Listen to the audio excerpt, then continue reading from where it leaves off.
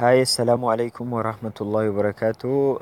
Hordoftoota kiyya kanneen Facebook kiyya Jaafar Kamaal jalatteen hordoftan martii akkasumas kanneen sagalee kiyya kana dhageessan jalqaba baga rabbiin ayyaana Iida al-Adhaatiin isin geessiniin jira. Kanatti aansee waan tokko duraan isiniif dabarsuuf yaalii taasiseen ture garuu sababa garaagaraatiin naa milkaa'uu baannaan addaan kutee jechuudha. Waan sana jechuunis akkaataa piroofaayilii Facebook keenyaarra wanta geengoo bifa magariisaa urungaadee jechuudha. Taate ofirraa qabdu tokko haala kamiin akka piroofaayilii Facebook keenyaarra akka itti galfannudha.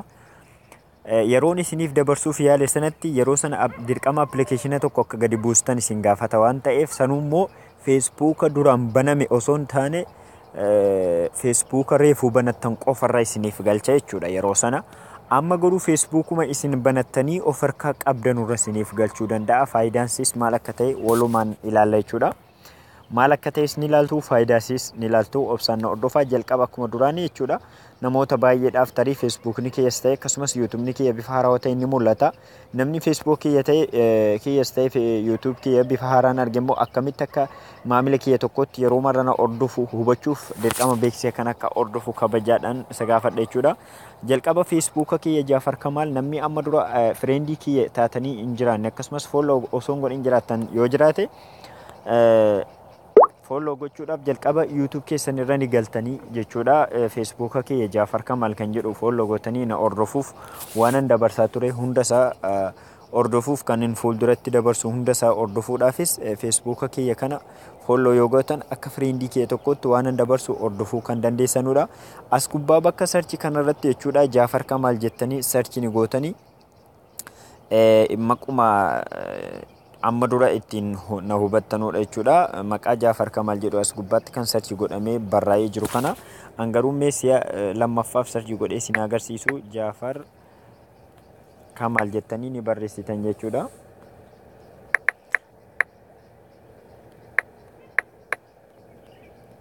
Jettanii search gootan jechuudha. Sana booda eega search gootanii hanga Facebook ni kiyya profaayilii isaa waliin isiniif mul'atutti obsaan eeggadhaa isiniin jedhe jechuudha. YouTube kiyya kanallee maquma kanaan search gootan yookaan immoo Jaafar Tuubee jettaniis search gootanii argachuu ni dandeessan jechuudha. Amma Facebook ni kiyya isa kana kana isinitti mul'atu kana jechuudha. Profaayilii kana kan qabu isarra ni tuqxan jechuudha. Namni friendii kiyya hin taane akkasumas namni Facebook kana duraan follow hin goone yoo jiraattan jechuudha.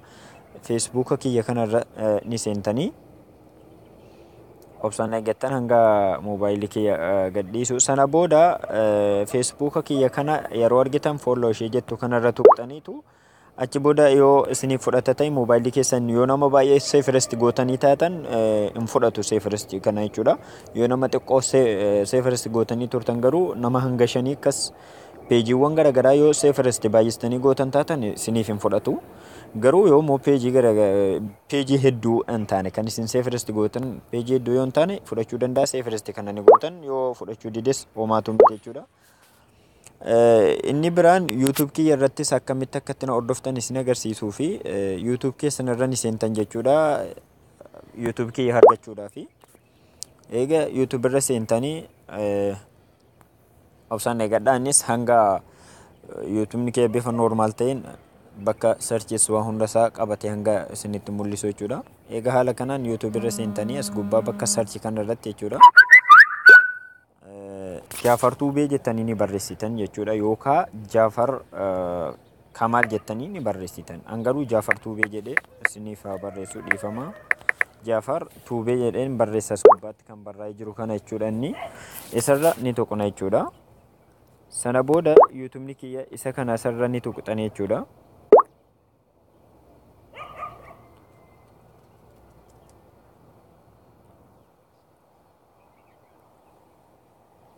Achi booda subscribe ishee jettu diimtuu kanarra ni tuqxanii sana booda as mallattoo notifiikeeshinii gurraattii kana jechuudha ishee kanarra ni tuqxanii haala kanaan ni dalagsiistan jechuudha. Inni biraan barumsa garaagaraa fayyadamuu peejilee ijoollee Oromoo baay'eetu jiran waan ta'eef chaanaalii ijoollee Oromoo hedduutu jira. Yeroo ammaa kan wantoota garaagaraa dabarsuudhaan isin gargaaranu keessumaa chaanaalii barsiisaa Oromoo app jedhu kanaa fi chaanaalii Obsaa Teknoo jedhu kana akka hordoftan kabajaan isin waama jechuudha. Barsiisaa Oromoo app kun viidiyoolee 70 ol kan of jalaa qabudha jechuudha. Akka isinitti mul'atu an amma dura subscribe godheetiin ture. Namni amma dura Facebook page kana subscribe hin goone yoo jiraatan subscribe gootanii barumsa hedduutu irra jira. Wal tuffachuu dhiisne jechuudha. Irraa fayyadamuudha qabdanii. Akkasumas Obsaa kan jedhu kana jechuudha. Chaanaalii ifama. Chaanaalii kana jechuudha. Isinitti nu mul'ata barreeffamni kun Obsaa Teknoo kan jedhu kana isarra ni tuqxanii jechuudha. Isas subscribe gootanii barumsa yookaan viidiyoolee garaagaraa isa jalatti argachuu kan dandeessan. An amma dura waan subscribe godhee jiruuf jechuudha isin agarsiifne akka irraa fayyadamtan kabajaan isa yaama jechuudha. Gara barumsa keenya har'aatti yoo dabbinu wanti har'a jenne kun maal akka taate ilaaluudhaaf hangan feesbuuka kiyyarra seenee isin agarsiisuu Obsaan akkana eeggattan kabajaan isin yaamaa jechuudha. Jalqabnee Facebook Lite kanarraa seennee isarratti haa ilaallu wanti sun maal akka taate jechuudha. Faayidaan isaas maal akka taate ni hubattu jechuudha. Obsaan eeggattan hanga Facebook keenyaa banatu jechuudha. Jalqaba bakka sarchi kanarra seeneetti amma Facebook kiyya kan wanta sana irra galchee jiru isin agarsiisuuf bifa kam nuuf ta'a Facebook ni kiyya jettanii booda nagaafachuun keessa waan hin oolleef Facebook ni kiyya kunooti sarara ni tuqna. Akka argaa jirtan waan Facebook kiyyatti maramtee jirtu kana argaa jirtan jechuudha. Bifa kanaan bifa guddaa ta'in isin agarsiisuu fi haala kanaan jechuudha itti maramtee ni jirti jechuudha. Facebook kiyyatti argaa jirtanii wanta urungaadee kun kana dhaabbatni Facebookaa akka irra galu taasisee jira yeroo ammaadha jechuudha. Faayidaan isii too maali? Namni Facebooka keessan gubuudhaaf jecha maqaa keessaniin Facebook keessan banatee suuraa keessan kana fayyadamee Facebookni kun kiyya jedhee isin hokkaruuf yaalu hin danda'amuuf. Maaliif suuraan kun tikfamaadha? Wasiiqaa jedhanii maal afaan Oromootiin kan maal jedhanudha? Tikfamaadha jechuudha. Amma wanti kun itti maramteen booda dhaabbanni Facebookaa eenyuufuu suuraa kana mallatteessu jechuudha. Waan isinii galuu qabu eenyuufuu suuraa kana mallatteessu jechuudha. Garuu akkasumaan suuraa kana fudhattee mallatteeffatee abbaan fedhe tariitii yoo dandeettii qabaate ittiin Facebooka tokko hokkaruu ni danda'a jechuudha. Maaliif piroofaayiliin kun Facebookni kun kiyya jedhee akkaawuntii kiyya keessatti citiileeyaan fayyadamu parsantaa 50 yoo guute parsantaalee afan dhaabbatni Facebookaa isaaf ni guuta. Sana booda tariitu Facebooka cabsee irra seenuu ni danda'a. Inni biraan kana qofas miti suuraa kana namni friendii keessan yookaan follow godhe yookaan waan isin amma dura tag gootan yoo koomanteef like ittiin goone jechuudha. Namni amma dura gonkumaa friendii keessan hin taane suuraa kana save godhachuu hin danda'u Facebook irraa jechuudha. Suuraa bifa kanaan itti maramee jiru save godhachuu hin danda'u jechuudha. Faayidaa hedduudha qabdi. Facebook keenyaaf illee baay'ee humna taati jedhan faayidaa isaas ilaaleera jechuudha. Barreeffama hedduudha qaba faayidaan ishee jechuudha. Barreeffama hedduudha dubbiseen ture jechuudha. Facebookas ni jabeessiti jechuun ni jira kana qofa miti jechuudha. Waan kana argachuuf yookaan Facebook keessan irra seensifachuuf maal akka gootan immoo amma na waliin hordoftan.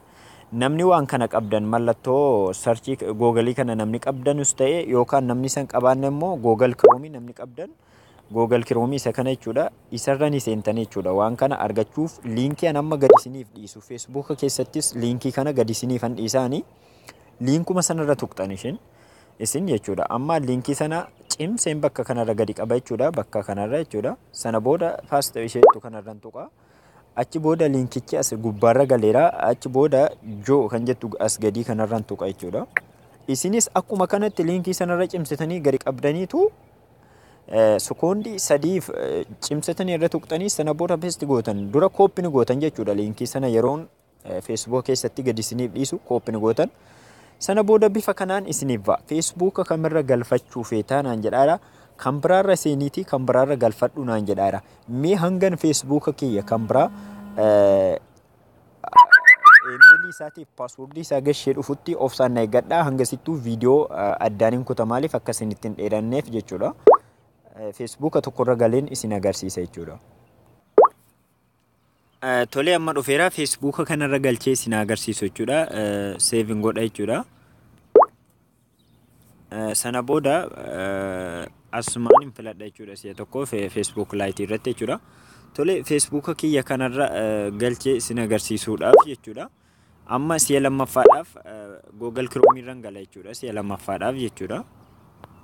Okay ni goona. Achi booda Google Chrome filadha jechuudha. Sana booda of booda deebi'eetiin si'a lammaffaaf of booda deebitan jechuudha. Egaa Facebook keessan irra seentanii kaatanii haala kanaan isiniif dhufa. Yeroo haala kanaan isiniif dhufe jechuudha. Suuraa kana irraan galfattan isin. Garuu bifa isin agarsiisuuf jechuudha. Akkas ta'a. Profaayilii kee irratti akkas ta'eetu siif marama jechuu isin agarsiisaadha. Maal tuqxan as gaditti from kan jettuu fi change photo kan jettutti isiniif ba'a. Change photo kan jedhu irra tuqxan jechuudha. Yeroo change photo isin jettu irra tuqxan footoolee isin amma dura profaayil godhattan hundasaa isiniif fida jechuudha. Amma footoon yookaan profaayiliin kiyya kanarraan galfachuu barbaada jechuudha. Dhiifama arabiffataa'eeti bakka kanatti.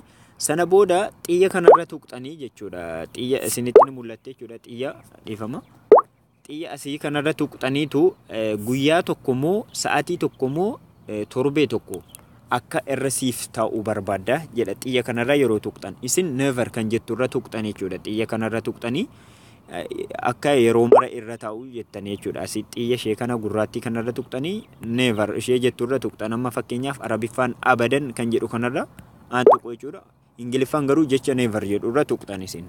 Sana booda save as gaditti isin mul'ata jechuudha. Save kan jedhu save ni gootan bifa urunguwaadee kanarra tuqxanii achi booda profaayilii keessan irratti wanti kun isiniif hidhamaa jechuudha. Liinkii anamma isiniif gadhiisu kana liinkicha irra tuquudhaan sana booda Facebook keessan kan ammaan dura banattanii waggaa meeqatti fayyadamaa turtan irra galfachuu ni dandeessu jechuudha.